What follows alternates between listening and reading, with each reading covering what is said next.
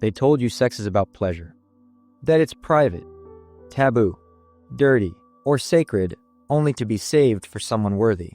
But here's the truth. Sex is power, and if you don't understand that, someone else will use it to control you. We live in a world obsessed with sex, but terrified of its truth. Governments regulate it. Religions shame it. Billions crave it, but billions more are quietly controlled by it. Because sexual energy isn't just biological. It's existential. It's the root of your confidence, shame, depression, desire, ambition, and even creativity. Today, we explore how ancient mystics, radical philosophers, and modern psychologists decoded the most misunderstood force in your body. If you can learn to master it, you'll never be the same again. Before shame, before control, before porn and purity rings, sex was not dirty. In ancient Hindu Tantra, sexual energy was divine. It wasn't suppressed, it was worshipped. Kundalini, the coiled serpent at the base of your spine, symbolized raw sexual energy. When awakened, it rose through your chakras, unlocking your potential. In Taoist philosophy, this energy was called Jing. Losing it too often made you weak. Conserving it made you sharp, radiant, alive. Sex was more than pleasure. It was power that could be transmuted into wisdom, focus, even spiritual enlightenment. But what happened? Organized religion rose, and anything that couldn't be controlled was condemned. Why? Because someone in full control of their sexual energy is hard to manipulate. You can't sell them shame. You can't seduce them with distractions. You can't use fear to govern them. So we were told, be ashamed of your desire. Suppress it. Save it. And when that didn't work, society flipped the script. Indulge it endlessly. Just don't ask why you still feel empty. The goal? Keep you off balance. Sigmund Freud, the father of psychoanalysis, believed something radical. Every single thing you do, every habit, dream, ambition is rooted in one thing, the libido, your sexual energy. Civilization itself, Freud claimed, was born from repression. We couldn't act like animals, so we turned that sexual energy into art, work, religion. But the shadow never left. Repressed desire turns into neurosis, into addiction, into mental illness. Enter Carl Jung, Freud's student who took things deeper. Jung said, whatever you deny in yourself becomes your shadow, and the more you push it down, the stronger it becomes. The sexual urges you pretend you don't have, the fantasies you're ashamed of, the desire you bury, they don't go away. They rule you from the dark. Jung warned, what you resist persists. What you deny controls you. The scandals, the guilt, the double lives of people in power, all of it is the cost of repression without integration. You don't defeat sexual energy by hiding it. You conquer it by owning it. Enter Nietzsche, the man who said, God is dead. But Nietzsche didn't worship chaos. He worshipped power.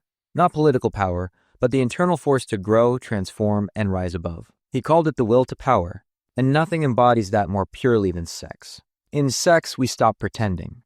The masks fall off. What we really want comes out. Domination, submission, intimacy, creation, destruction. Sex is not polite. It's primal, and that's its genius. Nietzsche didn't fear that. He respected it. Today, we try to tame sex. Make it safe, sterile, casual. But it's not casual. It's cosmic. It's not just pleasure. It's potential. And the person who learns to carry that weight without fear or addiction becomes untouchable. We live in the age of endless sex and endless emptiness. Apps, clips, DMs, likes. Sex is everywhere. Yet people feel more disconnected, depressed, and drained than ever. Why? Because it's not about pleasure anymore. It's about validation. You don't want sex. You want to feel desired. You want to feel seen. You want to feel worthy. But you can't fill a soul with dopamine hits. You can't become whole by chasing what's broken. Every hookup that leaves you hollow. Every late-night video that leaves you numb. Every compliment that fades fast. It all drains the one thing you truly need. Presence. Energy. Clarity. And here's the cruel twist.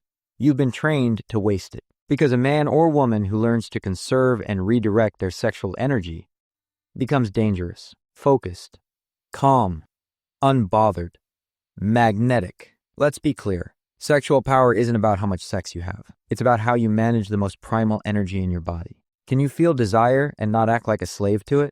Can you express attraction without losing your center? Can you turn that fire into focus? That's power. That's how artists make magic. How warriors build patience. How leaders build presence. They don't ignore desire. They harness it, Most people let their energy leak. They spill it chasing moments. They chase highs instead of becoming grounded. But you can learn to hold it, to become full, to become whole. So, how do you reclaim your sexual power? Not by abstinence, not by indulgence, but by awareness. Start observing what triggers your desire. When do you feel ungrounded? When do you lose control? Then begin to redirect. Breathe instead of react. Create instead of scroll. Build instead of chase. Explore retention. Practice stillness. Choose sacred intimacy, not compulsive escape. Stop being ruled by your urges and start becoming sovereign, because your energy is currency. And if you don't manage it, someone else will. Sex is not evil. Sex is not holy. It's a tool, a mirror, a fire, and you have a choice. Let it burn you or use it to light your way. You don't need to repress it. You don't need to indulge it. You need to understand it, to wield it, to own it, because once you do, you become unstoppable. Your charisma changes.